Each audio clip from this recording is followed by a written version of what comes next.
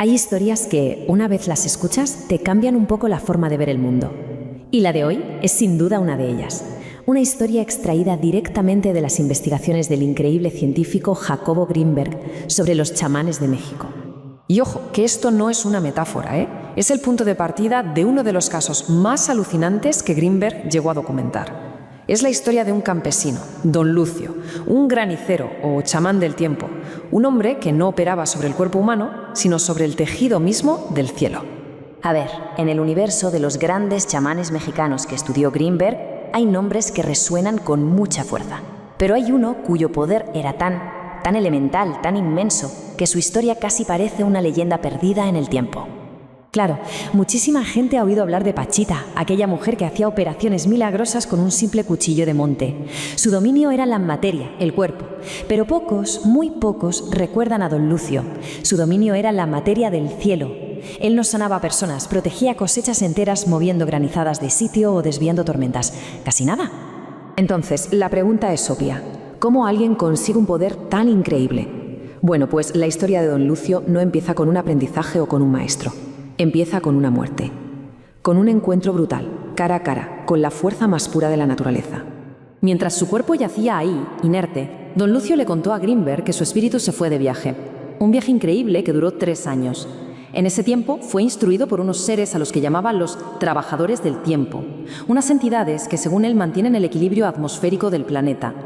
Le enseñaron a disparar el rayo, a reconocer las plantas que curan y finalmente un ser superior, el pastor de pastores, le dio una misión: volver para ayudar. Y este es el punto clave de todo. Para Don Lucio el rayo no fue un accidente, no fue mala suerte, fue una elección, una iniciación violenta que lo descompuso por completo para volver a construirlo como algo más, como un nexo, un puente entre el mundo que vemos y el que no vemos.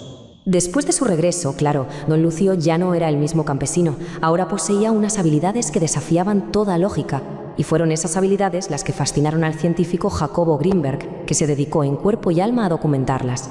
Don Lucio afirmaba que aunque su cuerpo físico estaba atado a un lugar, su espíritu no tenía ataduras. Describía cómo podía irse de forma instantánea a cualquier parte del mundo para hacer lo que él llamaba buenas obras. Este concepto de viaje no físico fue algo que Grinberg estudió muy a fondo. Y no estamos hablando de mitos ni de leyendas, hablamos de observaciones directas.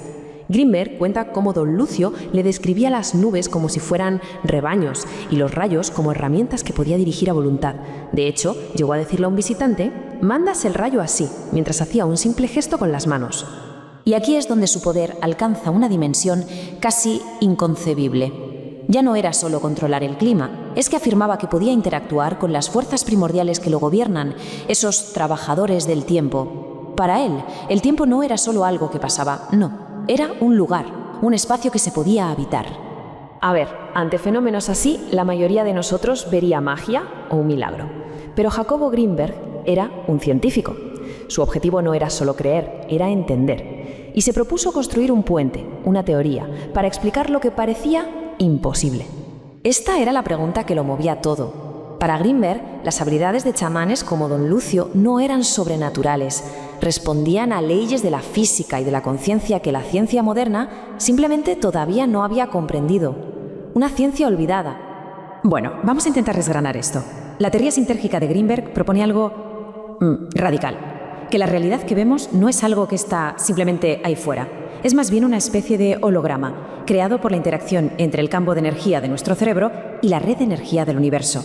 Imagina tus piedras que caen en un lago y crean ondas. Pues lo que vemos es ese patrón donde las ondas chocan. Y aquí está la clave de todo.